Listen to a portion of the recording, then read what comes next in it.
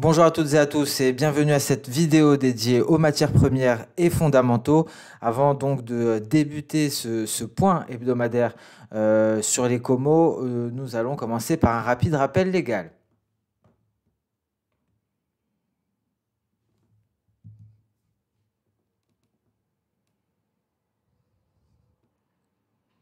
Après ce rappel légal, alors de quelle matière première allons-nous parler aujourd'hui? Nous allons débuter, comme d'habitude, par le pétrole. Nous allons parler du Brent aujourd'hui, hein. Plus particulièrement, on va s'intéresser même au call, aux options d'achat sur le Brent. On va enchaîner par la suite sur le gaz naturel. Nous allons parler métaux également en abordant le platine qui progresse à la hausse. Aujourd'hui, forte hausse et nous allons terminer par une matière première agricole, le maïs. Nous allons donc commencer par le pétrole Brent. Et donc les points clés sont les suivants. Tout d'abord, cette quantité, une énorme quantité de colle qui se trouve aux alentours des 60 dollars le baril pour le Brent, il y en a environ 150 000 contrats, alors qu'il y a un an, il y en avait seulement 100 000. Et nous avons également un ratio call-put, un ratio option d'achat par rapport aux options de vente qui est à son plus haut depuis la mi-2019.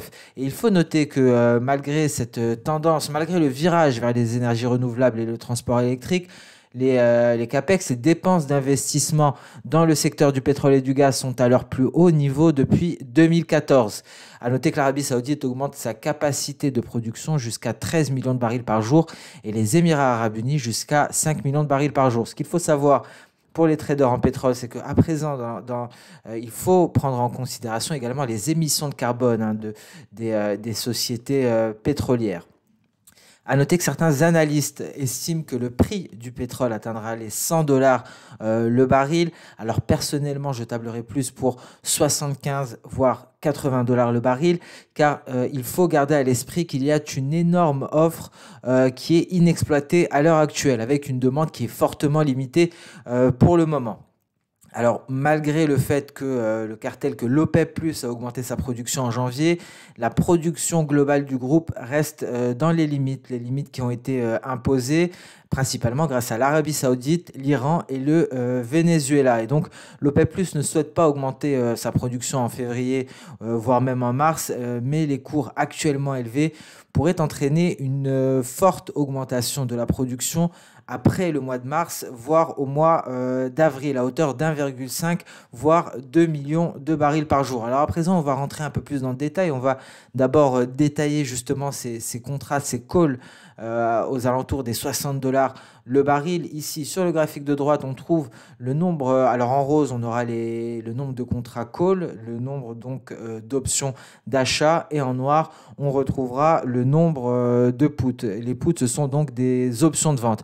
Alors le fait marquant, c'est que ce que l'on peut constater, c'est qu'effectivement, aux alentours des 60 dollars le baril, il y a aux alentours de 150 000 calls, 150 000 contrats d'options d'achat.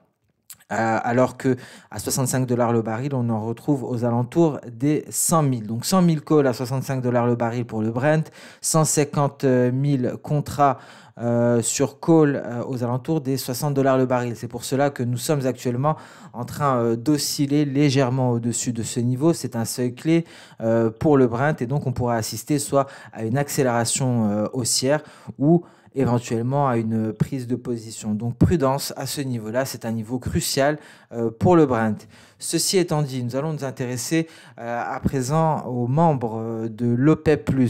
Ce que l'on peut remarquer à ce niveau-là, concernant le mois de janvier, nous avons une production qui a augmenté à hauteur de 440 000 barils par jour en janvier, et ce par rapport au mois de décembre. Une production qui est largement limitée, on le voit ici en Arabie Saoudite. L'Arabie Saoudite d'ailleurs qui avait surpris en limitant sa production volontairement, ce qui a permis de continuer de soutenir les cours du baril de pétrole, mais également ici l'Iran et le Venezuela.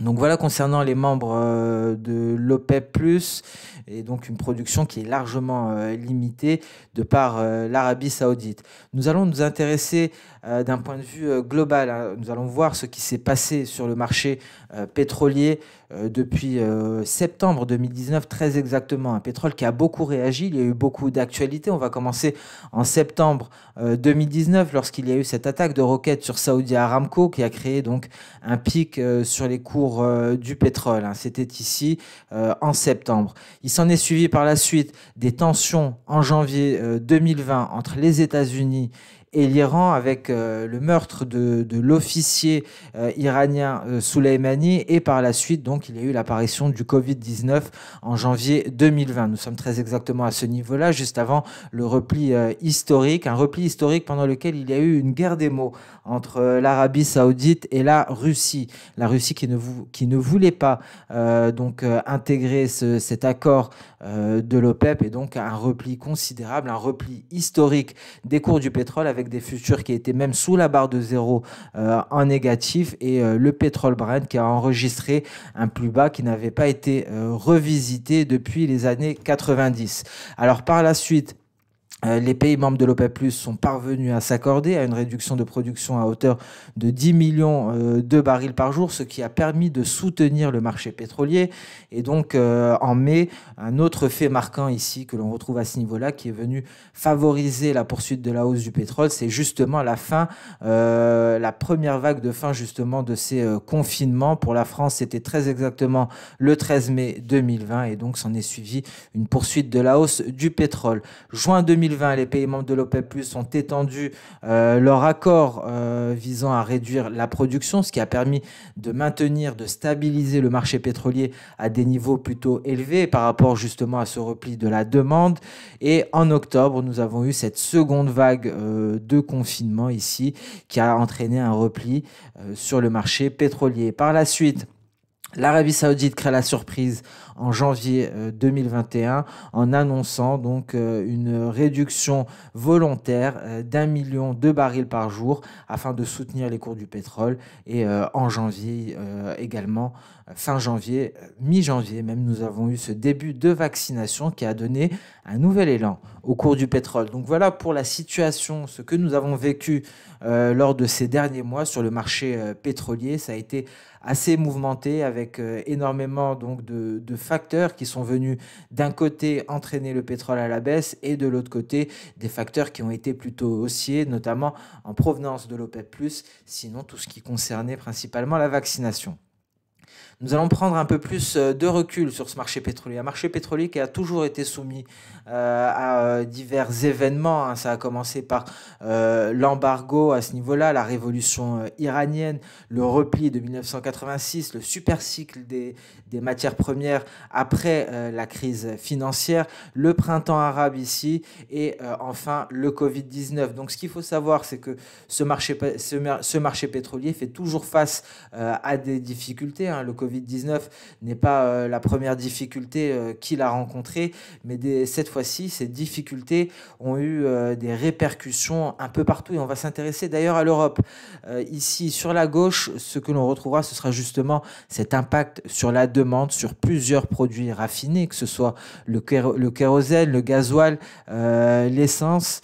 Et donc, nous avons eu une forte baisse de la demande en 2020. C'est ce que l'on retrouvera en très plein en bleu. Les estimations pour 2021 sont ici en pointillé. On peut constater hein, une tentative de reprise, hein, même pour le kérosène. Et ça a eu un impact considérable, car cet effondrement de la demande a érodé les marges et obligé les raffineries à réduire leurs opérations et à commencer donc à fermer des unités, avant même des fois de fermer des usines entières. Alors, certaines unités ont pu redémarrer, mais pour d'autres, 2020, ça a marqué la fin, justement, de ces activités-là, voire des conversions au biocarburant ou en installation de stockage. Et c'est ce que l'on voit ici sur cette carte de l'Europe. On retrouvera en bleu les raffineries qui auront définitivement fermé leurs portes, d'autres qui se seront donc convertis en orange, et on retrouvera en rouge ceux qui ont été mis en vente, et en gris celles où il n'y aura eu aucun changement, notamment ici au Royaume-Uni. On en trouve quelques-unes aux Pays-Bas, on en trouve en Pologne, en Italie, et ainsi de suite. Donc cette crise du Covid a créé une accélération, si je puis dire, vers ces nouvelles tendances. Cela a accéléré des conversions qui auraient dû se faire, mais en tout cas, ça aura créé des mutations profondes de ce marché-là. Et tout cela simplement en agissant sur la demande. Et d'ailleurs, on remarquera cet impact de la demande sur les stocks de la zone ARA, Amsterdam, Rotterdam, Antwerp, excusez-moi pour la prononciation, mais effectivement, ici, on constate une hausse des stocks considérable depuis justement les nouveaux confinements qui ont entraîné une baisse considérable de la mobilité et des niveaux de stock dans la région ARA qui restent extrêmement élevés, quels que soient les produits raffinés. Donc voilà pour cette parenthèse concernant les raffineries européennes. On avait déjà auparavant abordé les raffineries asiatiques et il était temps donc de s'intéresser à l'Europe à ce niveau-là. D'un point de vue graphique, il est intéressant donc de constater que nous nous sommes hissés au-dessus des 60 dollars le baril et s'il n'y a pas de correction, la prochaine cible sera à 70 dollars car effectivement cette reprise nous rappelle la précédente reprise sur le marché pétrolier. Donc si elle suivait la même trajectoire que cette dernière, cela aboutirait au-dessus, aux alentours des 70 dollars. Pour cela, il faudrait vraiment réussir à s'installer au-dessus des 60 dollars le baril pour le Brent. Et après cela, il y aura un obstacle de taille. Ce sera cette oblique baissière qui relie donc les sommets de septembre 2018 et les sommets de janvier 2020. Un peu plus difficile à franchir et donc on pourrait assister éventuellement à un repli. C'est ce que l'on a pu constater précédemment avant une réelle reprise en direction des 75 dollars, voire 80 dollars.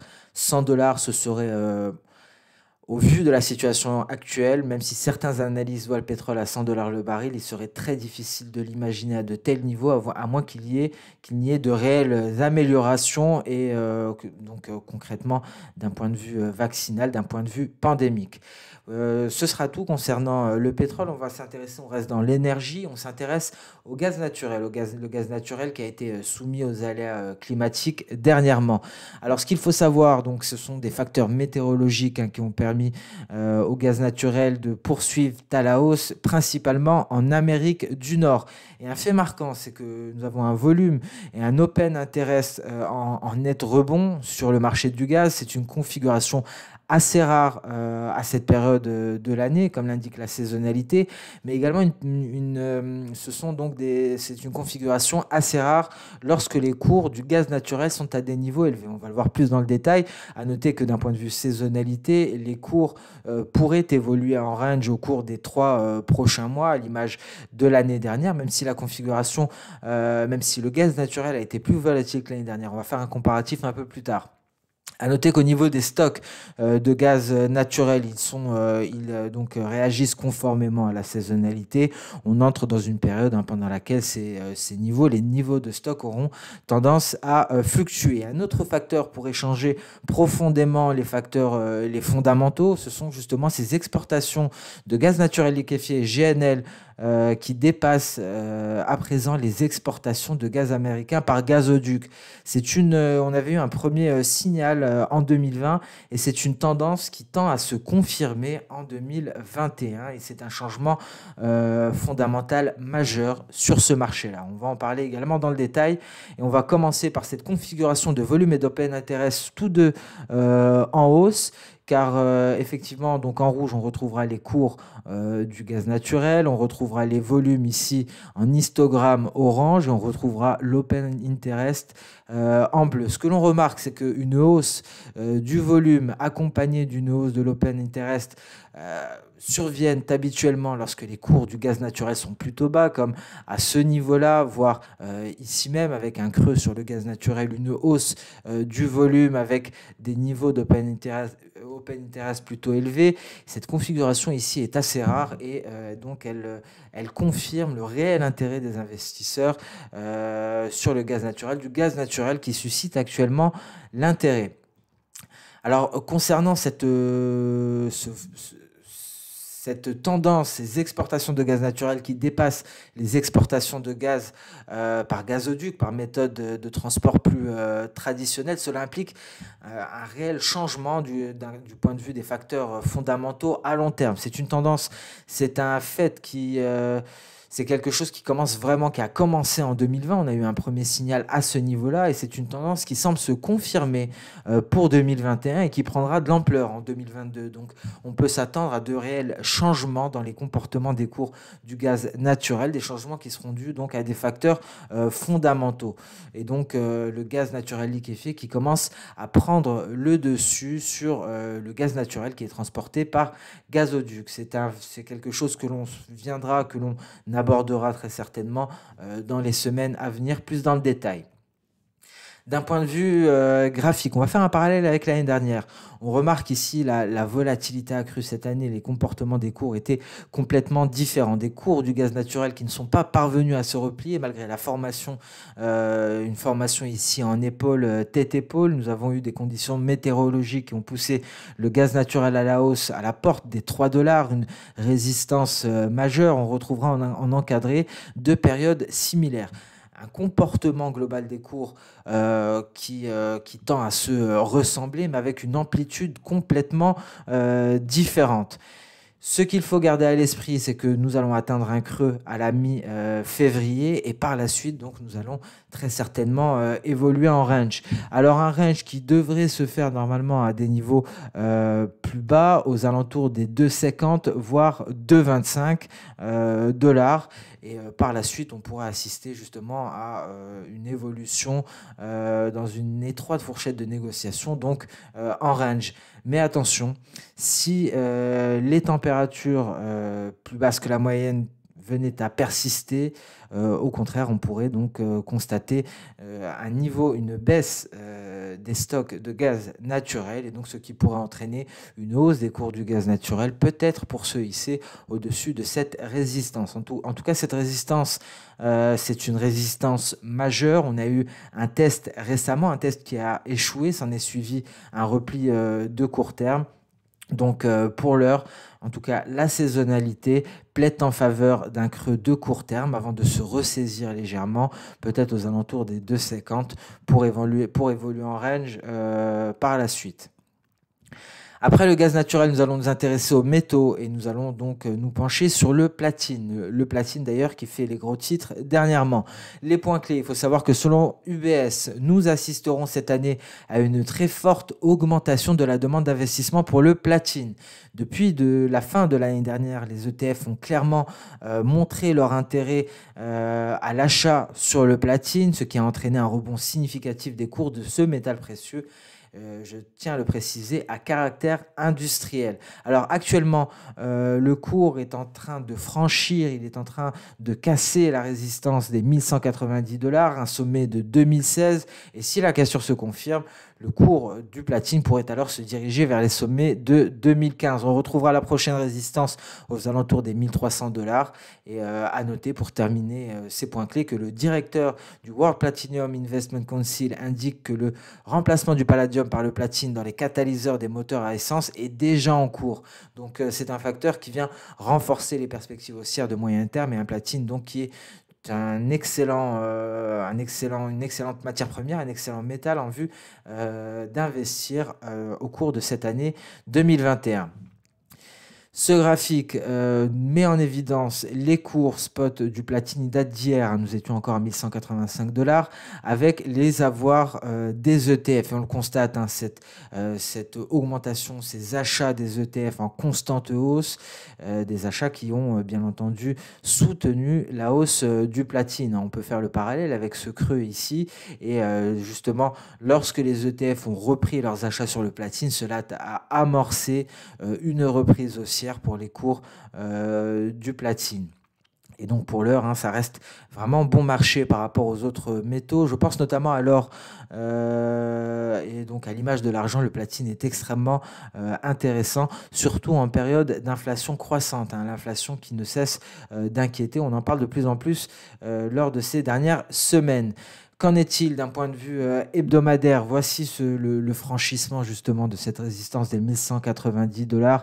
On est en train de s'en affranchir et la prochaine cible est à 1300 $. Une percée haussière hein, en hebdomadaire ici pour le platine. C'est la semaine du platine hein, actuellement.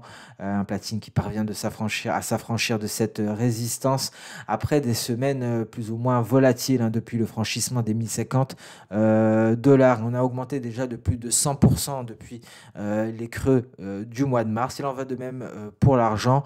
Et donc le platine et l'argent ont une belle marge de manœuvre à la hausse par rapport à d'autres métaux précieux. Je pense bien entendu au métal jaune. Et on le voit ici, hein, le métal jaune qui avait déjà marqué son record historique, un métal jaune qui a profité de l'année 2020 quand le platine est resté plutôt discret. Le platine semble vouloir rattraper son retard et donc pourrait surperformer l'or. On passe à présent au maïs. Alors un maïs, bien entendu, on va parler de la Chine, des importations de la Chine, des importations de maïs américain, mais on commence par les points clés avec un maïs qui est à mi-chemin de ses records historiques et qui teste actuellement un retracement de Fibonacci à 50%, retracement de l'ensemble du mouvement baissier qui a duré de 2012 à 2020. La saisonnalité de son côté laisse entrevoir une possibilité de la poursuite de la hausse jusqu'en mars avec un positionnement qui reste à son plus haut niveau. Alors ce qu'il faut savoir, nous l'avons dit, c'est que la hausse des cours est liée à l'augmentation de la demande en provenance de Chine.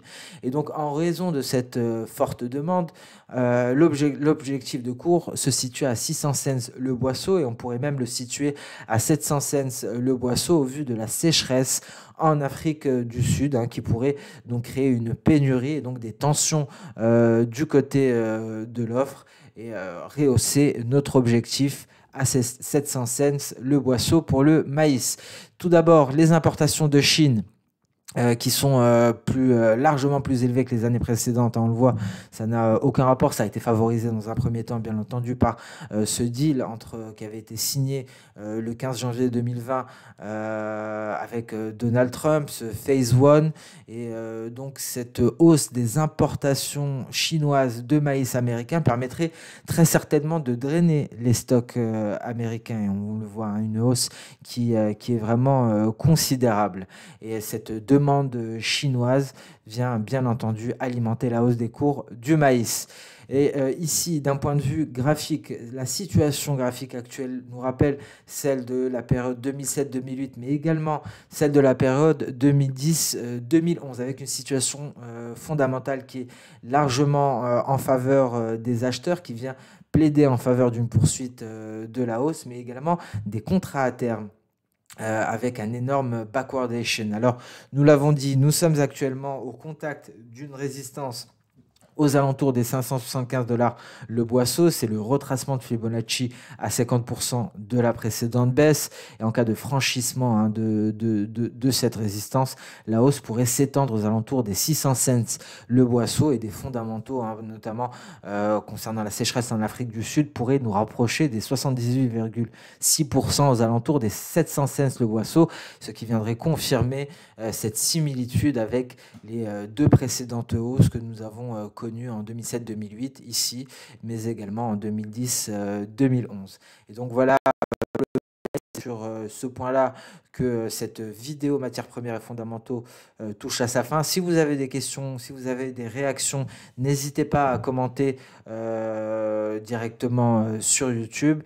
Et sinon, pour le prochain point matières premières, on se retrouvera la semaine prochaine. Merci à toutes et à tous pour votre attention. Je vous souhaite une excellente séance de trading et je vous donne rendez-vous à mercredi prochain pour aborder à nouveau l'actualité et les fondamentaux relatifs aux matières premières.